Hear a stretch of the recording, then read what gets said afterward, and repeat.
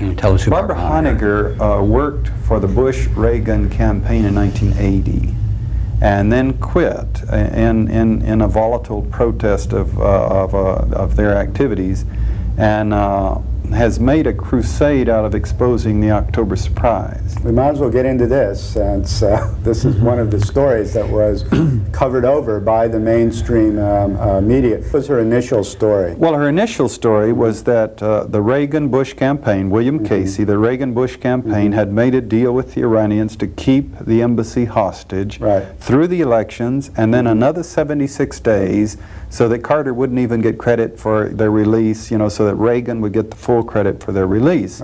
And they were, in fact, released 2 hours after he was sworn in, which was enough time for the word to get back to Iran that he was, in fact, president. And then, you know, they were the hostages were released. They were actually held at the airport waiting for this confirmation. And then to go back to our other thing we were working on here is, why didn't Dukakis take Bush's head off with this stuff, which he could have. God knows, you can see the television commercials or shows, you know, or interview 5-minute segments showing the Noriega link, the Black Eagle, the whole stuff. We had all of this, and we were definitely trying to feed it to them.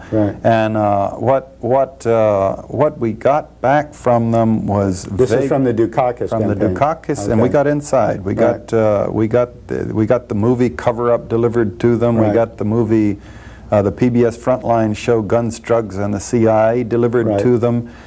We got in to see them, some of the people in this broad, disorganized group of scholars researching this thing, and we got from them a resistance.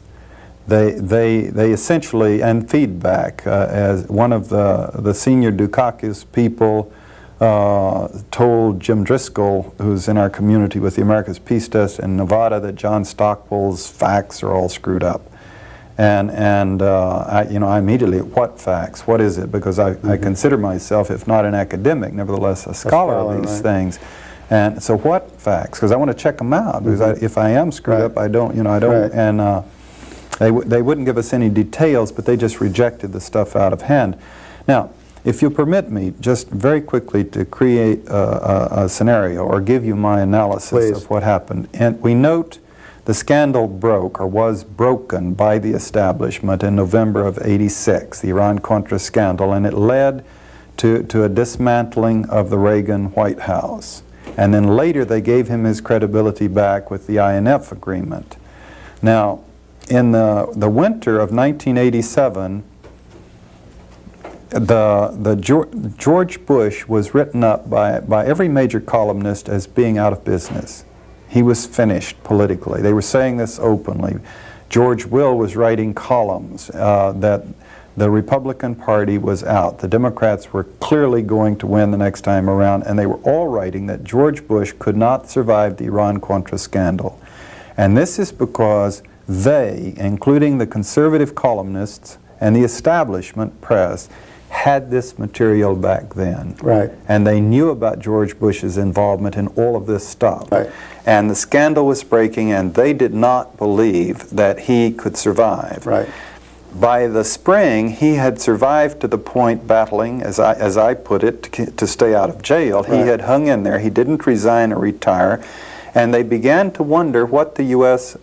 people's tolerance was of this scandal, how much it would stick. Then they engineered the Iran-Contra hearings in the summer, which were carefully orchestrated by Dan Inouye, the Democrat, in cooperation with the other Democrats. Cohen and Mitchell, for example, wrote the book Men of Zeal, which they profess to be an expose of behind the scenes, but they do not, in fact, expose. It's a continuation of the cover-up. They do not, for example, discuss their resistance at having of allowing the Black Eagle stuff to be investigated, and their own resistance of having the George Bush drug linkage investigated. So the committee drew a line and said, we won't investigate beyond this line. So they gave the nation the appearance of an airing, and they did not, in fact, probe into the things that would have led them into the impeachment of George Bush. And this had a catharsis effect on the nation. And then we get into the fall, and then the winter of '88, and then the spring, and there's still a debate going on in public. Remember Dan Rather, who tried to nail Bush. Right. He tried to break this stuff On into that the special open. CBS interview. And what happened was the establishment came down on him and said, no, we're not going to go after George Bush. Until eventually, in the summer of '88, when we were once again trying to break this, Bush eventually was able to laugh at the cameras at the Republican convention, because we had journalists, we had found journalists who would ask the questions, who went up on national television and said, what about the Iran-Contra thing? And he just laughed at them and said, I'm not even going to answer those questions anymore. The nation doesn't care about the Iran-Contra scandal. That is history. I've answered those questions. Forget it. Don't ask me anymore. Now, in the meantime, this establishment, this party that we have, the single-party state, this fraternity that runs this country, that has two chapters, a Republican and a Democrat, one a little bit more liberal than the other one more conservative, representing the big business interests more directly. That's the Republicans. In terms of their interests, that's the A team. But they always have the B team that they can run out. Jimmy Carter, when Richard Nixon makes the nation too angry, or the nation gets too riled at the Vietnam War, or something like that. This is where they produced Michael Dukakis. He's a team player to the establishment. In order to be accepted as a presidential candidate, he did homage to the arms race. He said eventually that he would give humanitarian aid to the Contras. He would consider it. He said definitely he would give military aid to El Salvador, which means he bought into all the principles of the covert secret government, of the covert operations, of the covert manipulation of the world. He was singing another song when he was trying to get the Democratic nomination. That's right. Before, his background was progressive, but he bought in. They screened him into the system. They groomed him into the system. He was advised that he could run, but if he would. So what he was there is if the nation had clung, had its outrage had been sufficient over the Iran-Contra scandal, they had Dukakis standing by, the B team to their interests. And he would give them some grief by spending some money on housing and on medical insurance for people and things like that, which is not their choice of the way to invest the money. They want to invest it in missiles and things where they make greater profits. But he would support the arms race, and he would support the CIA and the covert establishment, the national security state's activities. But then they realized they did not have to go with the B team. The people didn't care. They didn't have to give the nation a B team. So they went ahead and went with the A team, which was George Bush, i.e. they concluded eventually that they could Teflonize Bush despite all of this incredible activity and sell him to the nation, and they did. Why, though, did Dukakis, as the B team, not go after Bush more aggressively? Because he's a member of the team. He's a member of the fraternity. Why did Dan Inouye? They had Ronald Reagan and George Bush by the short hairs. They could have impeached them, and they didn't, because they couldn't impeach a popular president like Reagan and Bush without losing control, the public trust. See, this gets back into the Howard Zinn thesis that the American Revolution occurred when the rich white males over here wanted to take power away from the same element in England, and they engineered a deal with the people whereby they would give more freedom to the people than they had under the monarchy or the colony. But nevertheless, the rich white males would retain control. And this dynamic relationship, we don't have a democracy.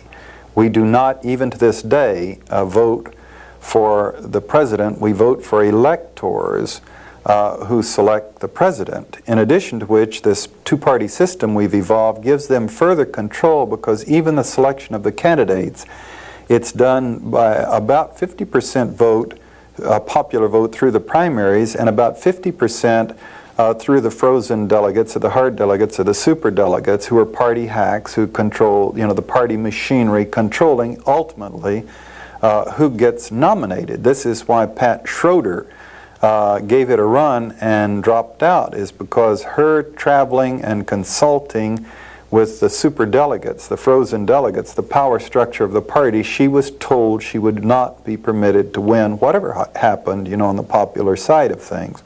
And then once that was decided, the money was not available to her. Now this system, as it has continued for 200 years, is a tenuous relationship in which the people who own the country, the people on the the Federal Reserve Board, the people who manage the money and the moneyed interest, the strength of the capitalist system, these people know that they're riding a potentially rebellious horse in the American people whose interests are not being fully served. Myth has to be maintained to make this thing run. And it's a constant balance of what do they have to give the people to keep them on board the system, and at what point are they going to lose the system. You read the history through Zen's eyes of the United States, or the Grum book on the history of violence in the United States, and you see that every time the people have become angry enough, the system has yielded to them. The labor struggles at the turn of the century, for example, the Vietnam War and Civil Rights days, when blacks rose up in the country with a massive boycott and it began to really hurt the economic interests. You start burning down the small businesses in the ghettos, the white businesses in the ghettos. And Detroit and Watts and 14th Street in Washington. And you know, when the system was breaking apart, the establishment yielded every time. And the system self-destructed. The cynicism of the Reagan years, in which one of the more dramatic transfers of wealth from the poor to the rich occurred, was orchestrated by Ronald Reagan through the arms race, the $2 trillion on arms, the mechanisms that he set up for him, the rigging of the taxes, where he could say taxes had been cut when they had been redistributed to hurt the middle class and poor more. This thing came to a head under the Iran-Contra scandal. And once again, the establishment was faced in the winter of '87. They were saying, we've had it, the people have had it, and we're going to have to give them the Democrats for a while. And they came up eventually with what was to them the perfect candidate was Dukakis, who had a reputation of being clean after the corruption of the Reagan years, who had a reputation of being somewhat of a populist, as Jimmy Carter did, who could be sold as a cleansing, sort of, as a, here, we sympathize, here, you can have your president for a while. The truth is that Jimmy Carter had foisted upon him Zbig Brzezinski, who was an utter fascist in his policies to control the national security decisions. So Carter's human rights stuff couldn't go too far, and he wound up setting in motion the arms buildup that eventually evolved into the Reagan arms buildup, which is the biggest peacetime buildup in the history of, the biggest buildup in the arms buildup in the history of the world. And Brzezinski moved into the Bush camp during this campaign.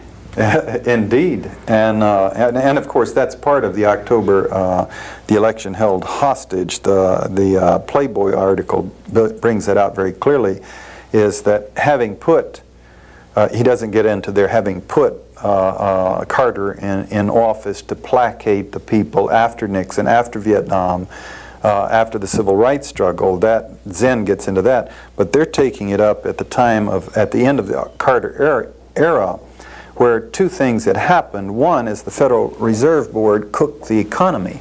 And so we had runaway inflation, which would scare people. You could feel it, you could taste it, and the newspapers talked about it every day and blamed it on Carter.